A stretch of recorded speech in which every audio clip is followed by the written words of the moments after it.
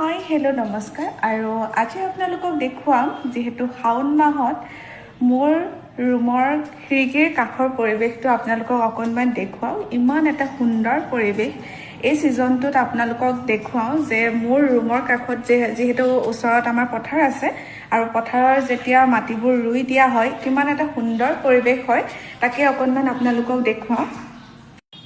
এয়া দেখিছেনে অকণমান আপোনালোকক ঝুম কৰি দেখুৱাবলৈ চেষ্টা কৰোঁ চাওকচোন চাৰিওফালে মাটিবোৰ যেতিয়া ৰুই দিয়া হ'ল খুব ধুনীয়া বতাহ মাৰি থাকে আৰু দেখিবলৈ খুবেই এটা ভাল লগা পৰিৱেশ আপোনালোকক মই দেখুৱাবলৈ চেষ্টা কৰিছোঁ আৰু আকাশখনো দেখিবলৈ কিমান ধুনীয়া ফৰকাল হৈ আছে ডাৱৰীয়া বতৰ হওক বা ৰ'দ বতৰ হওক খুবেই ভাল লাগে খিৰিকীৰ কাষত থাকি আৰু ফেনৰ বতাহত খুব এটা নেচাৰেলি বতাহ আহি থাকে কিবা এটা ভাল লাগে আৰু সেই ভাল লগা মুহূৰ্তটো অকণমান আপোনালোকক ভিডিঅ'ৰ জৰিয়তে দেখুৱাব বিচাৰিছোঁ